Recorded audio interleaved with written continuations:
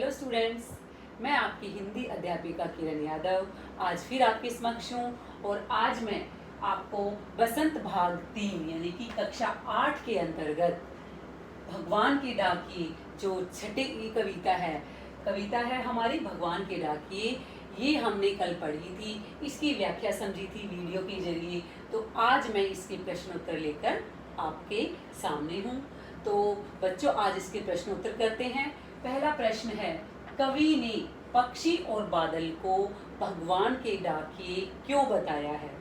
जैसा कि कल हमने डिस्कस किया था आपस में वीडियो के जरिए, बताया था कि कवि ने पक्षी और बादल को भगवान के डाकिए इसलिए कहा है क्योंकि जिस प्रकार डाकिए संदेश लाने का काम करते हैं, उसी प्रकार पक्षी और बादल भी भगवान का संदेश हम तक पहुंचाते हैं। और उनके लाए संदेश को हम भले ही ना समझ पाए, लेकिन जो प्राकृतिक उपादान हैं, जो प्रकृति के उपादान हैं, पौधे, पेड़, पानी, पहाड़, झरने, नदियाँ, वो उसे अच्छी प्रकार भली भांति से समझ लेते हैं। वास्तव में जो इनका संदेश होता है वो किसी भी व्यक्ति के लिए ना होकर पूरे संसार के लिए होता है, जो कि विश्व बंधुत्व होता है। संसार में भाईचारे की भावना को बढ़ावा देना, यानी कि भाईचारे की जो भावना है वो ये भगवान के जो डाकिए हैं वो बढ़ाते हैं, उसको बढ़ावा प्रदान करते हैं। यानी कि इनका जो संदेश किसी एक व्यक्ति के लिए, एक देश के लिए ना होकर पूरे विश्व के लिए होता है, क्योंकि ये विश्व बंधुत्व की भावना का द्योतक है। अब आता है दूसरा प्रश्न, पक्षी और बादल द्वारा लाई गई चिट्ठियों को कौन कौन पढ़ पाते हैं? तो देखिए, पक्षी और बादल द्वारा लाई गई चिट्ठियों को प्राकृतिक जो उपादान हैं, पेड़ पौधे हो गए, पानी हो गया, और पहाड़, नदियाँ, झरने, यानी कि जितने भी भगवान की बनाई गई रचनाएं हैं, ये जो मानव निर्मित ना होकर भगवान के द्वारा बनाई गई हैं, वो सारे जो प्राकृतिक तत्व हैं, उपादान हैं, वो इन चिट्ठियों को जो पेड़ और बादल के द्वारा लाई जाती हैं उसको पढ़ लेते हैं, जिसको हम मनुष्य लोग नहीं पढ़ पाते हैं। अब आता है तीसरा प्रश्न, इन पंक्तियों का भाव क्या है कि पक्षी और बादल प्रेम, सद्भाव और एकता का संदेश एक देश से दूसरे देश को भेजते हैं। देखो, इसका क्या यहाँ तात्पर्य है? ये यहाँ पर ये कहना चाह रहे हैं कवि, जो रामधारी सिंह दिनकर जी जो हमारे कवि हैं, जिनको राष्ट्र कवि बोला गया है, राष्ट्र कवि की संज्ञा दी गई है, तो बताते हैं कि पक्षी और बादल ये भगवान के डाकिए हैं, भगवान के भेजे गए दूत हैं, जो एक महादेश से दूसरे महादेश को जाते हैं।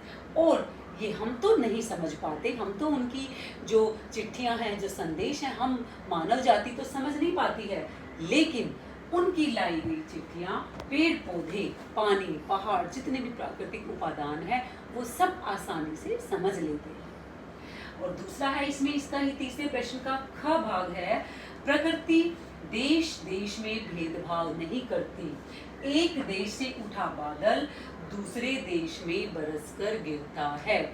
इनका क्या भाव है, इस पंक्ति का क्या भाव है? तो देखिए कि इस पंक्ति के जरिए कवि ये बताना चाह रहे हैं कि जो एक देश का जो भाप है, यानी कि भाप से क्या बनते हैं, बादल बनते हैं, और वो बादल दूसरी जगह पर जाकर बारिश करते हैं, यानी कि वो पानी बनकर नीचे गिरता है। तो यहाँ पर कवि ये बताना चाहता है कि जो प्रकृति है वो कहीं पर भेदभाव नहीं करती है, वो देश की सीमाएं नहीं जानती है, उसके लिए सब बराबर है। वसुधैव कुटुंबकम की जो नीति होती है, यानी कि सारा विश्व हमारे लिए परिवार के समान है, प्रकृति उसी को मानती है। इसीलिए प्रकृति ने ये सारे जो उपादान हैं, जो हमारे लिए जो शुभदायक जो ये सारी चीज़ें हैं, चाहे नदियाँ हो गई, सागर हो गई, तालाब हो गई, झरने हो गए, वो मानव के लिए ही बनाई हैं। जो मानव पे जो प्राणी रह रहे हैं, जो सजीव प्राणी हैं, जो जीव जंतु हैं, सब ये उन्हीं के लिए है। आगे है, पक्षी और बादल की चिट्ठियों में पेड़ पौधे और पहाड़ क्या पढ़ पाते हैं? तो ये क्वेश्चन नंबर 4 था। इसका आंसर होगा, कवि का कहना है कि पक्षी और बादल भगवान के डाकिए हैं। जिस प्रकार डाकिया संदेश लाने का काम करता है, उसी प्रकार पक्षी और बादल भी भगवान का संदेश हम तक पहुंचाते हैं। वो भगवान के संदेश को लाने का कार्य करते हैं। और वो भगवान के संदेश क्या होते हैं? तो ये सभी भगवान की जो भेजी गई एकता और सद्भावना के संदेश को हमारे तक पहुंचाते हैं, हम तक पहुंचाते हैं। और इनमें कोई अपने पराई की भावना नहीं होती, क्योंकि ये समान रूप से समानता के साथ अपने पानी को, यानी कि जो बादल है वो पानी बरसाता है जगह जगह पर, और जो पेड़ पौधे हैं वो फल फूल, जो सुगंध, यानी कि जो पक्षी हैं वो एक जगह से दूसरी जगह पर सुगंध को बिखेरते हैं, फैलाते हैं। तो ये कभी किसी में, किसी भी देश में, किसी भी जगह विशेष में कोई भेदभाव नहीं करते हैं। आगे आता है क्वेश्चन नंबर 5। एक देश की धरती दूसरे देश को सुगंध भेजती है, इस कथन का भाव बताइए। तो देखिए, इस कथन का यहाँ पर ये भाव है कि एक देश की धरती दूसरे देश को सुगंध भेजती है। यहाँ पर कवि ये बताना चाहता है कि जो एक देश की धरती है वो पक्षियों के माध्यम से अपनी सुगंध व प्यार में दूसरे देश को प्रेम, एकता, समानता और सद्भावना का संदेश भेजते हैं। यानी कि जो पक्षी हैं वो अपनी पंखों पर, यानी कि अपनी पंखों के द्वारा, अपनी उड़ान के द्वारा ये एक संदेश को दूसरी जगह पर लेकर जाते हैं। और जो धरती है वो अपनी भूमि में उगने वाले जो फूलों की जो सुगंध है उसको हवा से और पानी को बादलों के रूप में भेजते हैं। यानी कि जो बादल हैं वो पानी के रूप में, और जो सुगंध है वो पक्षियों के द्वारा हवा से तिरकर आती है उनकी पंखों पर, और बादल पानी को एक जगह से दूसरी जगह पर बरसाते हैं। तो यहाँ पर कवि ये बताना चाहता है कि हवा में उड़ते हुए जो पक्षी हैं उनके पंखों पर प्रेम, प्यार की सुगंध वो लेकर, यानी कि पंखों पर तैरकर वो दूसरी जगह पहुंच जाती है। इसी तरह एक देश की सुगंध, यानी कि एक देश की धरती की जो सुगंध है वो दूसरे देश तक पहुंच जाती है पक्षियों के माध्यम से। और ऐसे ही जो बादल हैं वो पानी, जो भाप बनती है, भाप से बादल बनते हैं और वो उस बादल को बारिश के रूप में नीचे गिराते हैं। हम जो पृथ्वी के जो लोग हैं उनके लिए वो पानी बनकर आता है, और वो हमें वो पानी जो होता है वो हमारे लिए जीवनदायी होता है और हमारे अंदर स्फूर्ति का संचार करता है। अंतिम क्वेश्चन है, पक्षियों और बादल की चिट्ठियों के आदान प्रदान को आप किस दृष्टि से देखते हैं? यानी कि हमारी नज़र में क्या है इनका जो आदान प्रदान है?